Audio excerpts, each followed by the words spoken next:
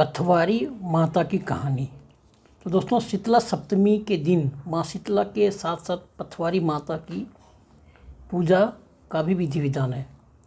ऐसी भी मान्यता है कि इस देवी की पूजा के बिना शीतला माता की पूजा अधूरी ही है, अधूरी मानी जाती है। पथवारी माता के लिए घर से बाहर 4-5 कंकड़ लाकर उनकी पूजा की जाती है।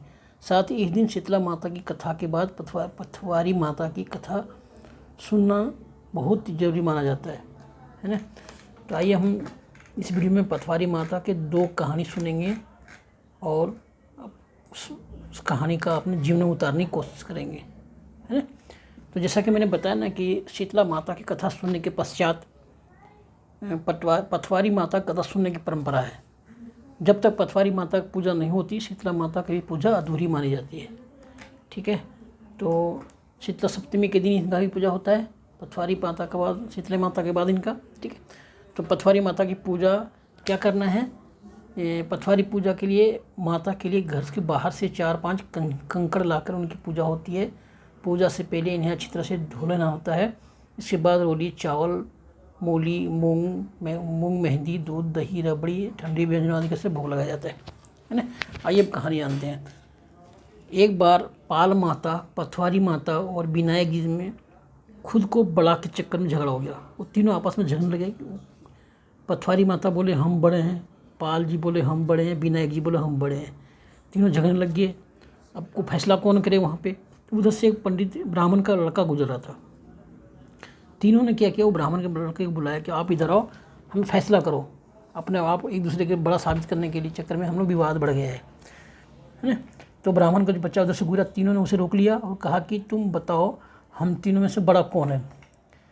तो लड़के ने क्या किया, अभी बोला हम किसी को बड़ा कैसे कर सकते हैं। उसने बोला कि मैं अभी किसी काम से जा रहा हूँ, कल आकर इस बारे में बात करूँगा, कल जो है वो विवाद फैसला करूँगा। तो लड़के ने जब घर आया, वापस कहीं जा रहा था, उसके बाद जब वापस अपने घर आया तो उसने अपने माँ से सारी बातें सुनाया, कहा कि ऐसा सब तीनों माता में विवाद हो गया है। तो उनके माँ ने बोला बेटा तुम किसी को भी छोटा मत बोलना, तीनों को बड़ा साबित करना।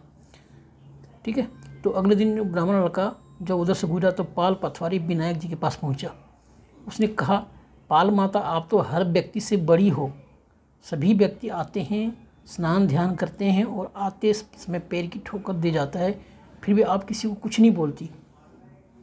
ठीक है, फिर पथवारी माता से कहा, पथवारी माता आप भी बड़े हो, क्योंकि कोई व्यक्ति कितने भी तीर्थ कर ले, धर्म ध्यान कर ले, पर वापस आने पर आपकी पूजा विधि बिना उसका कार्य पूर्ण नहीं होता। ठीक है, और लड़के ने गणेश जी से कहा, आप भी सबसे बड़े हैं, क्योंकि आप सभी देवताओं से पहले पूजनीय हैं। जब तक आपका ध्यान, आपका काम, जब तक कोई भी आपका पूजा नहीं करेगा तो उसका काम सिद्ध नहीं होता है।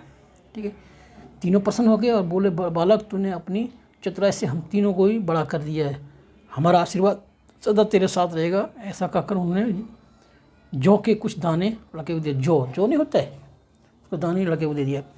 लड़का सोचने लगा ये तो घाटे का सौदा है, इतना अच्छा न्याय किया और बदले में इतने दाने मिले मुझे, वो भी जौ के। लड़का घर पहुंचा और बेमन से अंगूछा कोने में डाल दिया। जो जौ का दाना था ना, वो कोने में डाल दिया। अंगूछे में तो बंद के रखा था, अंगूछा होता है ना बांधने वाला, उसमें। तो उनका माँ क्या किया, अंगूछा समेटने लगी, तो उसमें से चमचमाती हीरे मोती गिरने लगे। तो माँ ने बोली लड़के को, तो लड़के ने सारी बातें बताया अपने माँ को। तो माँ बेटे को खुशी का ठिकाना नहीं रहा और दोनों बहुत खुश हुए और आनंद से रहने लगे, है ना।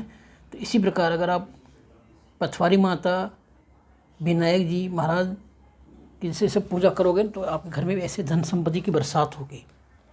ठीक है, ऐसा आशीर्वाद सभी को मिले, है ना। वहाँ माँ से ऐसा दुआ करते हैं। एक दूसरी कहानी भी पथवारी माता पे प्रचलित है, आइए जानते हैं। पथवारी माता की एक और कहानी बहुत प्रचलित है। इस कहानी के अनुसार एक बार पथवारी माता पाल पर बैठी थी। पाल मतलब रास्ते होता है, कोई रास्ते चौराहा पे। तभी 2 व्यापारी वहाँ से गुजरे। उनमें से एक के पास गाड़ी में नमक भरा था और दूसरे के पास चीनी। यानी दोनों गाड़ी में थे, एक गाड़ी में नमक भरा था, एक गाड़ी में चीनी भरा था। तो पथवारी माता ने दोनों से पूछा तुम्हारे पास क्या है। तो दोनों ने सोचा पथवारी माता उनसे मांग न ले, इसलिए झूठ बोला। चीनी के व्यापारी ने झूठ बोल दिया। चीनी के व्यापारी ने बोला नमक है, और जिसके पास नमक था उसने सही बोला। एक व्यापारी सही था, एक व्यापारी बेईमान था। लोगों के मन में बेईमान होता है ना कि हम सच बोल देंगे तो मांग नहीं हमसे कुछ। तो चीनी के व्यापारी ज़्यादा पैसे वाला था, उसने झूठ बोल दिया कि मेरे पास नमक है, और नमक का व्यापारी सीधा साधा बेचारा ईमानदार था, उसने बोल दिया मेरे पास नमक है। फिर दोनों चले गए। आगे जाने के बाद दोनों वहाँ से चले जाते हैं। थोड़ा आगे चलने के बाद दोनों ने अपना अपना सामान जांच चेक किया तो हैरान रह गए। जिस व्यापारी के पास चीनी थी वो नमक बन गया, और जिस व्यापारी के साथ नमक था वो चीनी में बदल गया। यह देखकर दोनों व्यापारी आपस में झगड़ने लगे, एक दूसरे पर सामान बदलने का आरोप प्रत्यारोप लगाने लगे। तभी वहाँ से एक व्यक्ति गुजर रहा था। उसने झगड़े का कारण पूछा तो व्यापारियों ने सारी बात बताई। तो व्यक्ति ने पूछा क्या रास्ते में तुम्हें कोई मिला था? तो उन्होंने बताया कि पाल पर एक पथवारी माँ नाम की बुढ़िया मिली थी। इस पर सज्जन जो व्यक्ति था उसने बोला कि उसी बुढ़िया माता का काम लग रहा है, तुम उन्हीं के पास जाओ और तुम्हारी समाधान वही करेगी। दोनों को एहसास हुआ कि हमने झूठ बोला था, शायद इसलिए यह सब हुआ है। दोनों पथवारी माता के पास गए और कहा हमने आपसे झूठ बोला है, हमें क्षमा कर दो, हमारा सामान जैसा था वैसा भी कर दो। पथवारी जी ने दोनों को क्षमा किया और सब सारा सामान जैसा था वैसा कर दिया, है ना। तो हमें ये शिक्षा मिलती है कि हमें ज़िंदगी में कभी झूठ बोलना नहीं है, काम हमें ईमानदारी से करना है ना। क्या पता भगवान किसी रूप में आ जाए हमारे सामने, हम उसको भिखारी समझ लें या कुछ भी समझ लें, है ना। तो उस वीडियो से हमें यही शिक्षा मिलती है। और पथवारी माता की, शीतला माता की पूजा अवश्य करें। थैंक यू दोस्तों, इस वीडियो में इतना ही। मिलते हैं अगली वीडियो में टॉपिक के साथ में। वीडियो में बने रहें, वीडियो को एक लाइक ज़रूर करना। जो दोस्त लोग मेरे वीडियो देख रहे हैं सब्सक्राइब और लाइक ज़रूर करते जाना, है ना, ताकि ये वीडियो ज़्यादा से ज़्यादा लोगों तक पहुँचे। आप लाइक करेंगे तो ये वीडियो ज़्यादा से ज़्यादा लोगों तक पहुँचेगा, है ना। तो लोगों के अंदर में ज्ञान का प्रकाश फैलेगा, है ना। हमारा काम है ज्ञान का प्रकाश फैलाना। Thank you.